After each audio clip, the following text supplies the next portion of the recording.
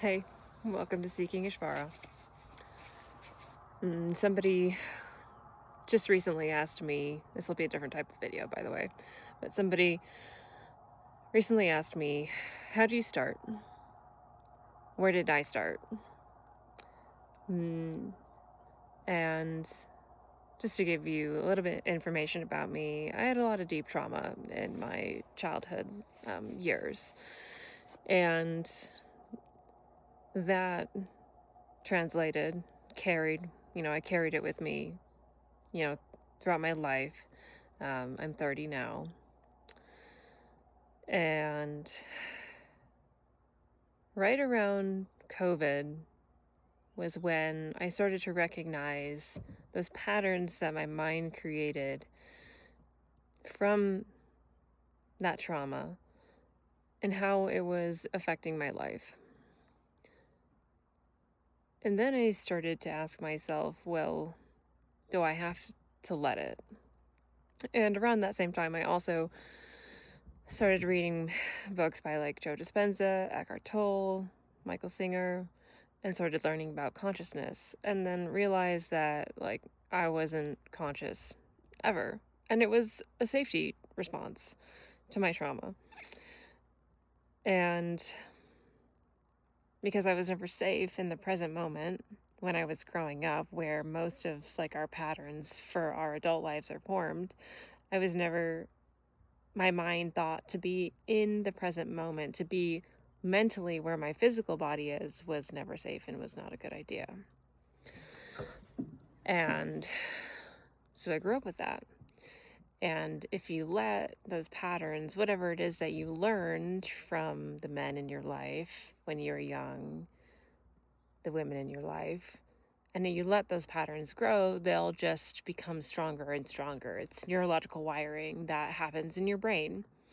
And if you grow up with negativity, then you're going to be addicted towards negative tendencies, because chemistry that happens in our body is it's sort of like sugar negativity to our physical bodies, and we become addicted to it. It's a lot easier for us to choose to do the negative thing and succumb than to change and do the positive thing, even if the positive thing might be hard.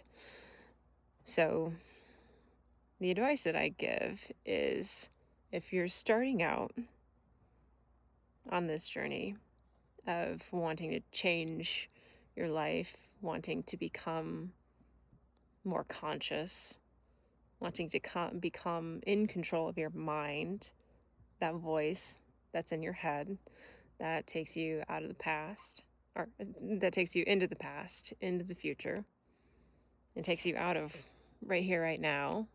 Like, how often are you mentally where your physical body is? Start to notice that. So I'd say that's step one. Start to notice how often you're here or not. Because the mind controls, I would say, the majority of the population. I think we're waking up. That's the awakening to me. That's what I deem the awakening as being. It's not an easy journey.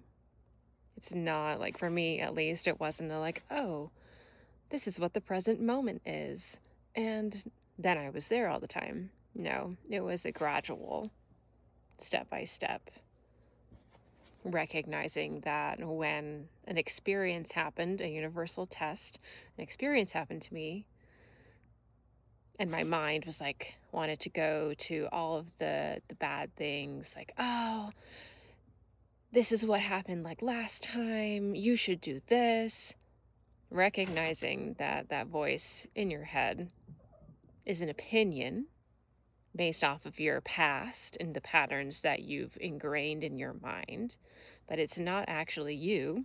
You're the one, the consciousness, that chooses to believe that voice. It's within your control to change it.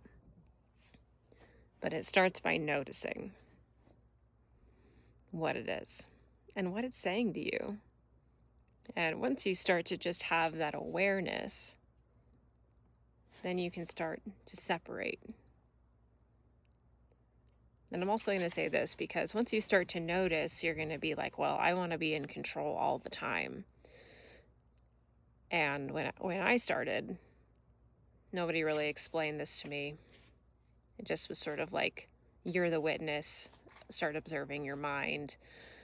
And then I was like, well, I want to be in control, because I realized how out of control I was and how much I was letting my mind, my previous experiences, literally continue to recreate past experiences. Not like in a traumatic way, but I was definitely I wasn't allowing myself to grow because I was limiting myself out of fear. So the mind, don't choose to think of it as an enemy. Once you do start to notice it, think of it as a friend, because it does have the ability to operate like a supercomputer. Most of you will need to think about the future. Before I was doing what I'm doing now, I was in program management. I was an industrial program engineer. And so I still needed to do like that future thinking of, okay, what do I need to do even a year down the road from now for these multiple projects that I was working on. So I still needed to work with my mind.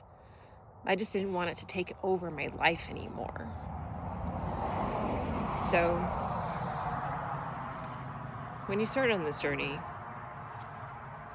think of it from a perspective of, hey, mind, and sometimes just helping it and addressing it, like, hey, mind, can you start to work with me?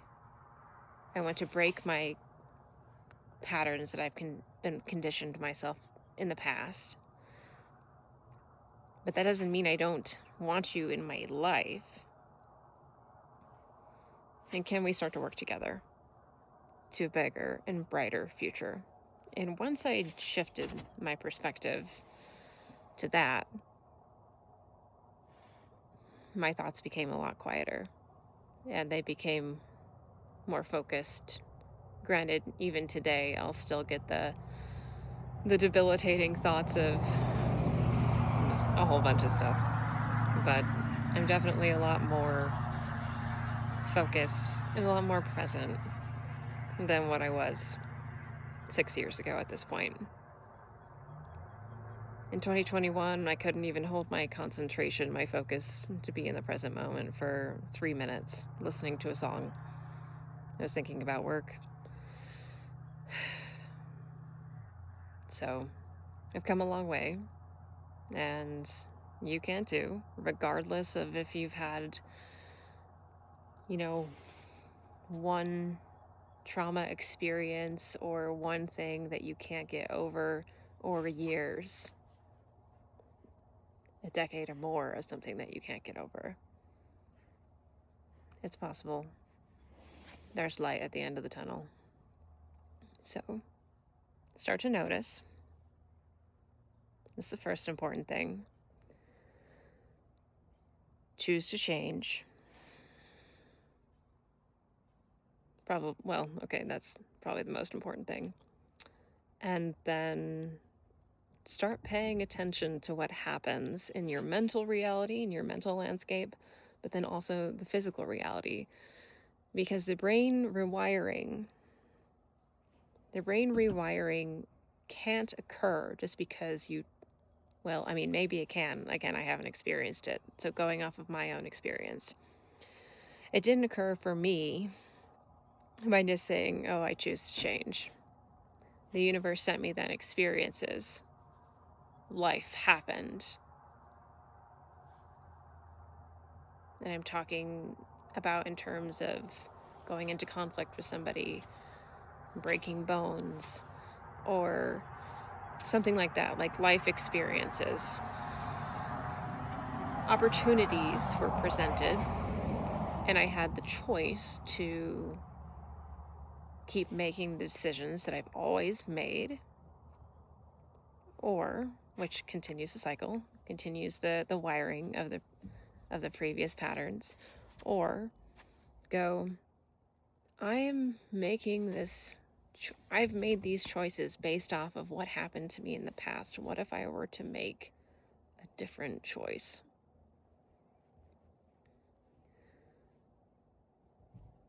And then what if you did and you started making different choices? Maybe your future would change.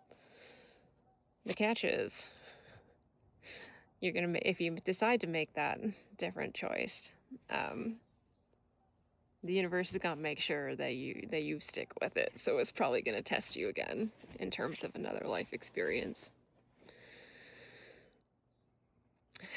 So start paying attention to all that. There's synchronicities, and they can be positive and negative in your life. Patterns. So start noticing the patterns. Start noticing how you're talking to yourself. And do you want to talk to yourself? Do you want to allow yourself to talk to yourself that way?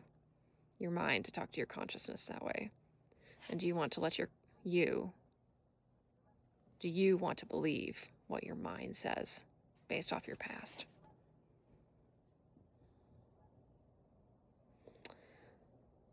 Think on it.